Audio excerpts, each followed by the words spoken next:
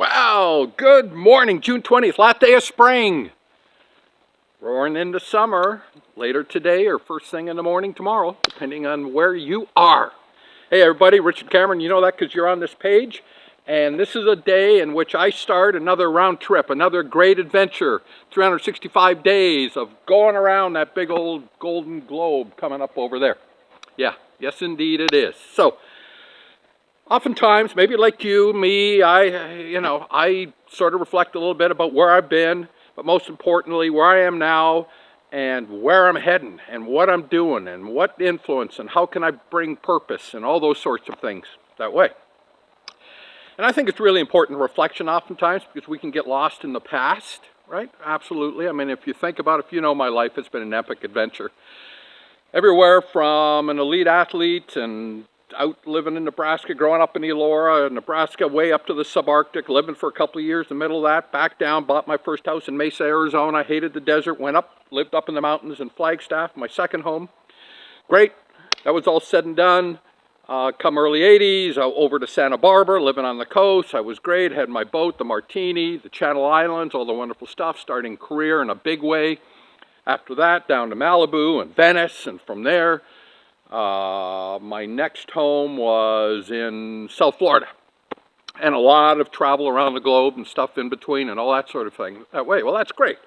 It's given me a little bit of perspective. It lets me see different cultures, interact with people, do a whole host of things. And today, of course, I make my home here in the Ottawa area after being on the North Shore of Lake Erie for a while.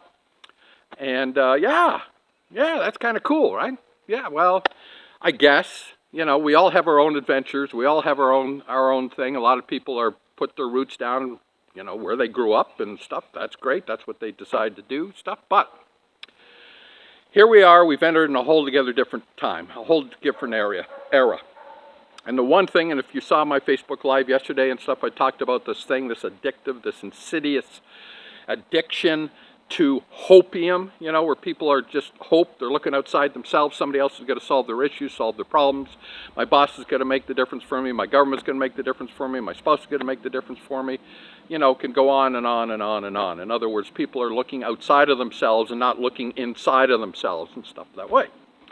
And if you know my journey as well too, about 14 years ago, or a little over 14 years ago, I was about, I don't know, close to 40 pounds heavier than I am today.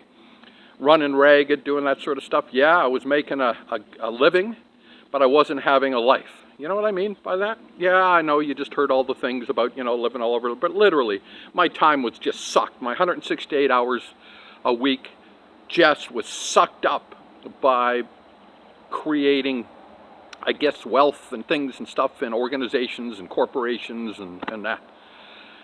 And it was taking toll on my health, certainly at that point. In my mind, I was still a 160-pound runner living in a 235-pound body. Yeah. And it's like, wait a minute. For things to be better, I have to be better. For things to change, I need to change.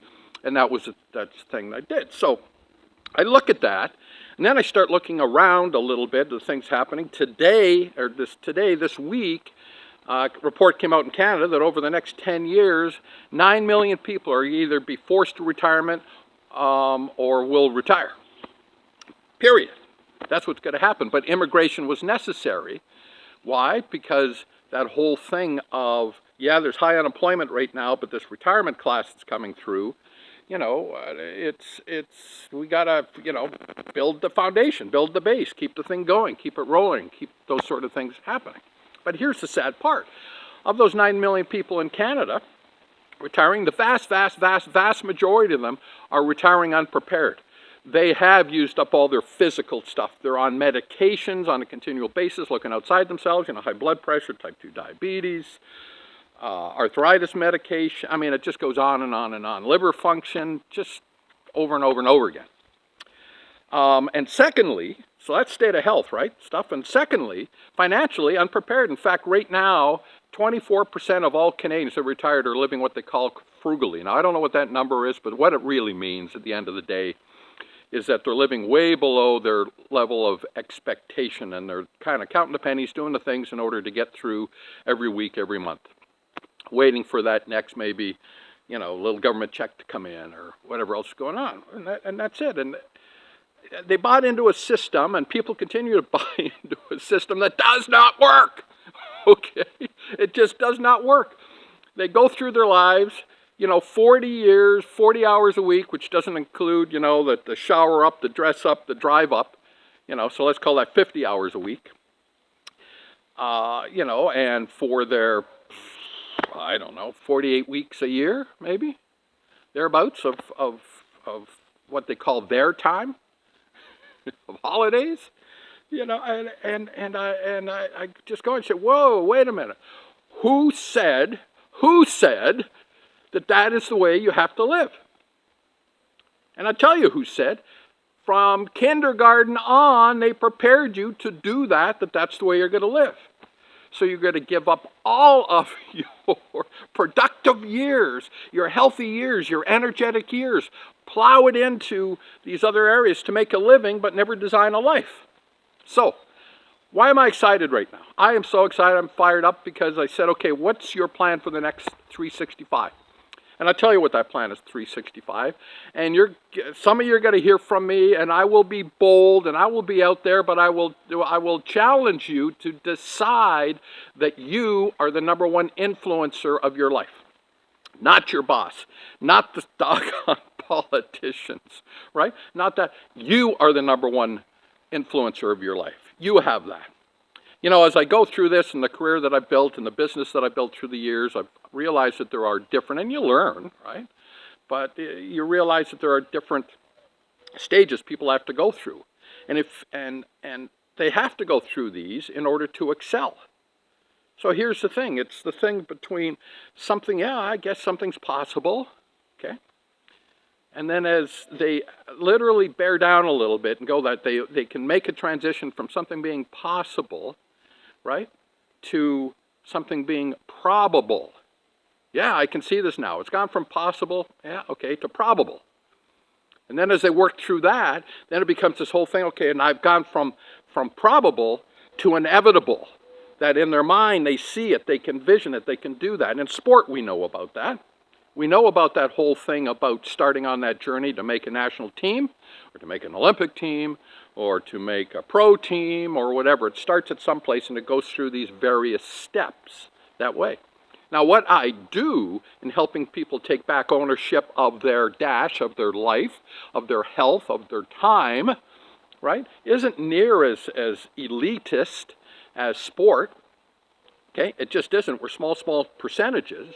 It's a thing in which that success resides in everybody. It resides there. The question is do you understand that? And my experience has been people do not understand it. When I invite people to partner, to work with, and I mean partner, not boss thing relationship, I mean literally partner with me. There are 3 stages, like I went through, but they're a little bit different, right? There's the one that is the death knell, when people enter in and stuff like that, and it's one in which I really dissuade people at that point, say, no. That's the one where in their mind they start using this thing of, well, I'll give it a shot. I'll give it a try. Giving a try or giving a shot is just really the thing of, I'm just going to see what happens. It's sort of like the lottery. I'm going to go drop $5 and I'll see if I win the $10 million, whatever it is. I don't know if you know this, but I've never bought a lottery ticket. But I suspect I'll probably get one today because that's when they show up, literally in a little card or something like that. But that's the try. I'll just give it a try. No. The next one, which is a great starting point, but it's not the winning point, is I'll do my best. And okay, great. Okay, I'll do my best. That means we'll use the tools that a person has today. Not expecting something to happen. Okay, we're going to use the tools we have today to go out and start making something happen. Okay, you got the difference from that? I'll do my best. But why is not that the winning formula? Because the tools and the understanding that people come into a health journey, a wealth building journey, aren't there yet, typically. They aren't. In fact, a good colleague of mine in my corporate partner, USANA Health Sciences, she's a well-known physician, well-published, been on television a lot, all that sort of things. She was asked a question about other doctors, about why doesn't she work with other doctors? And she said, because they're too socially sophisticated to be successful. And I laughed and I said, I get it. I absolutely get it. But anyways, so as we go down, because what we need to do is move from do my best, right, to do what it takes. And what that is growing and learning the skills and putting in the time and watching the thing and understanding that great brilliance that's inside of you has always been there, but we need to help it emerge. We need to be able to create the framework, the tools, the things that are together that you can really, truly own your life. Yeah, own your life. And I always say that first step is usually about 2 years. You know, you help a person go from 0, and inside of maybe, a few months or a year that they end up having more energy and losing some weight and their complexion clears up and a whole host of things. It's like, wow, I haven't felt like this in years. That's great. That's absolutely great. But that's the start. Now they start to get in the belief, okay, I've done my best and this is where I am. Now how do I go from there? And that's why I say 2 years, because at 2 years it's kind of cool if you can get a person that very, very part-time is taking care of their health, is doing some things, are influencing other people just by their own acts and actions, that sort of thing, that they can help build something that's providing a real part-time income, of a couple $1,000s a month, okay? But if you help somebody get first to $500 a month, yeah, then you can grow to $2,000 a month. And then once you start to that, then you can look out and you can see the folks like me and other people that are doing a whole lot more, but they've been mentored and guided through based on what's inside of them already. So why am I excited? Because this next year means that Richard Cameron, out of Camp Cameron, but Richard Cameron is going back to early days. So yeah, I am reaching back to early days from the standpoint of things that I did early on. What was that? Reach out to people, because I know that you're looking for solutions. You're probably looking outside yourself. That's not the answer. The answer is to have just a little bit of guidance to be able to reach into yourself, to be able to grow and to build and achieve the things that you want to achieve. That's it.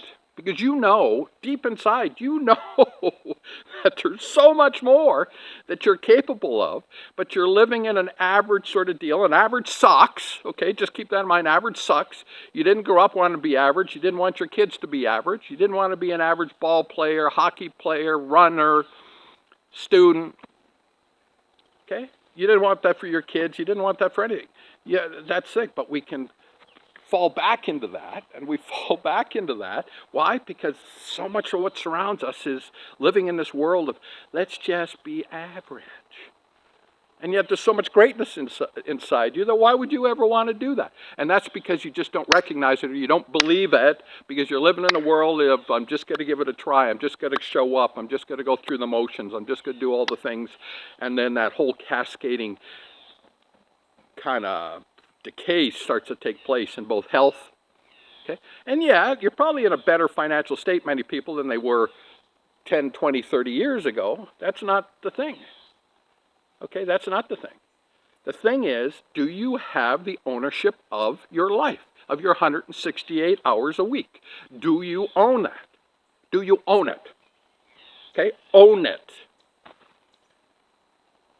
I don't care if you're a business owner, an employee, or recently retired. Do you own it? And that's the reason why I'll be bold. I'll be talking with many of you.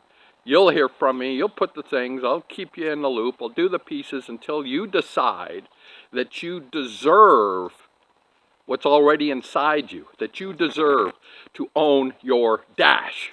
Yes. So that's it from Camp Cameron this June 20th. Woohoo! I think I'll do a little barbecue today. All right, everybody. Take care. Be well. Bye-bye.